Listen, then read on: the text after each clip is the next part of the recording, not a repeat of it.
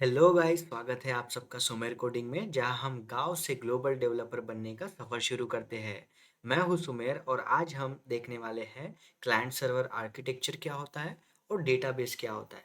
बिल्कुल सिंपल हिंदी में step by step समझेंगे, तो वीडियो को एंड तक जरूर देखिए। So client service architecture is a computing model where clients request services and servers provides response over a network. Okay, अब हम एक बहुत ही इंपॉर्टेंट कंसेप्ट समझने वाले हैं, क्लाइंट सर्वर आर्किटेक्चर। ये कंसेप्ट ऑलमोस्ट हर मॉडर्न एप्लीकेशन का बेस है। सबसे पहले मेरा एक सिंपल सा क्वेश्चन है, जब आप अपना मोबाइल में अमेजोन, फ्लिपकार्ट या जीमेल या इंस्टाग्राम ओपन करते हो तो क्या होता है? क्या पूरा डेटा आपके फ़ोन के अंदर स्टोर होता है? नहीं, राइट? एक्चुअली क्या होता है, आपका डिवाइस एक रिक्वेस्ट भेजता है इंटरनेट के थ्रू किसी रिमोट मशीन। तो यहाँ पे रोल समझो, आपका ब्राउजर या मोबाइल ये क्या हो गया, क्लाइंट हो गया। और जहाँ डेटा स्टोर है और लॉजिक रन हो रहा है वो हो गया आपका सर्वर। क्लाइंट क्या बोलता है, मुझे लॉगिन पेज दिखाओ, तो सर्वर चेक करता है रिक्वेस्ट और प्रोसेस करता है उसको, और रिस्पॉन्स भेजता है HTML पेज हो गया या डेटा हो गया या इमेजेस एक्सेट्रा। अब इसको एक रियल लाइफ एग्जांपल से समझते हैं। आप कभी रेस्टोरेंट में गए होगे, तो आप रेस्टोरेंट में जाते हो, आप टेबल पे बैठते हो, ठीक है। आप वेटर को बोलेंगे कि मुझे एक सपोज बर्गर चाहिए। तो यहाँ पे आप जो है वो एक क्लाइंट हो गए, ठीक है। और जो किचन रहेगा वो सर्वर रहेगा। सो आप डायरेक्टली किचन में जाके बर्गर नहीं बनाते, राइट? आप रिक्वेस्ट देते हो थ्रू वेटर कि मुझको बर्गर चाहिए, और किचन उस रिक्वेस्ट को, मतलब किचन में जो भी हमारे शेफ रहेंगे उसको क्या करते हैं, बर्गर को प्रोसेस करते हैं, वो बर्गर को बनाते हैं। फिर वेटर के थ्रू रिस्पॉन्स, मतलब कि पिज्ज़ा या फिर जो भी बर्गर हमने ऑर्डर किए हैं वो वापस मिलता है। सो बिल्कुल वैसे ही सॉफ्टवेयर वर्ल्ड में होता है। क्लाइंट कभी डायरेक्टली डेटाबेस के पास नहीं जाता, वो सर्वर के थ्रू ही कम्युनिकेट करता है। अब थोड़ा टेक्निकल एंगल समझो। जब आप लॉगिन बटन क्लिक करते हो, क्लाइंट रिक्वेस्ट सेंड करता है, जैसे कि यूजर नेम और पासवर्ड के साथ, और सर्वर डेटाबेस चेक करता है। अगर वैलिड है तो सक्सेस रिस्पॉन्स भेजता है, अगर इनवैलिड है तो एरर मैसेज भेजता है। तो ये जो पूरा कम्युनिकेशन है ना, ये नेटवर्क के थ्रू होता है, इंटरनेट या लैन के थ्रू। इसको इसलिए इसको क्लाइंट सर्वर आर्किटेक्चर बोलते हैं। तो अगर मैं आपको बोलूँ, टेस्टिंग पर्सपेक्टिव से ये कंसेप्ट इंपॉर्टेंट क्यों है? क्योंकि जब बग आते हैं तो जब बग आते हैं तो हमें समझना पड़ता है इशू क्लाइंट साइड का है या सर्वर साइड का है या डेटाबेस साइड का।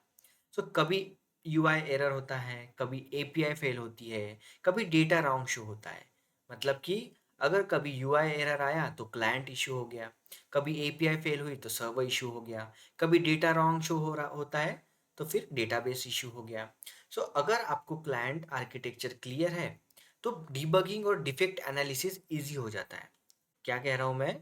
अगर आपको क्लाइंट सर्वर आर्किटेक्चर क्लियर है तो डिबगिंग और डिफेक्ट एनालिसिस इजी हो जाता है।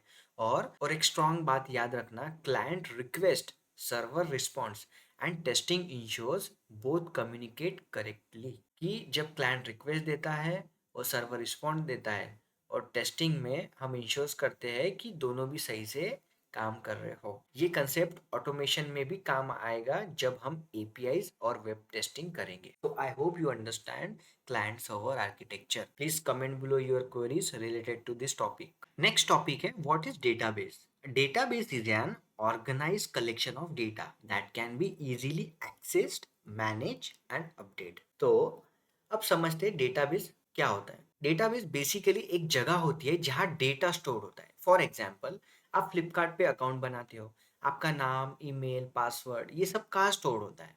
मोबाइल में? बिल्कुल नहीं।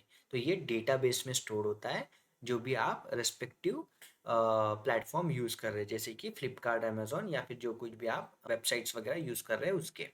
तो डेटाबेस डेटा को ऑर्गेनाइज वे में रखता है, मोस्टली टेबल्स के फॉर्म में। क्या कहा मैंने? डेटाबेस डेटा को ऑर्गेनाइज्ड वे में रखता है, मोस्टली टेबल्स के फॉर्म में।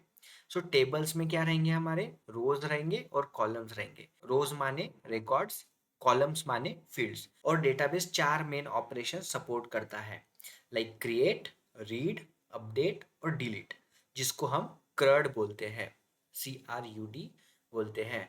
तो टेस्टर के लिए डेटाबेस नॉलेज इंपॉर्टेंट है क्योंकि कभी-कभी हमको बैकएंड में डेटा वेरीफाई करना पड़ता है। सो डेटाबेस के लिए हमारे पास एग्जांपल है लाइक माई SQL।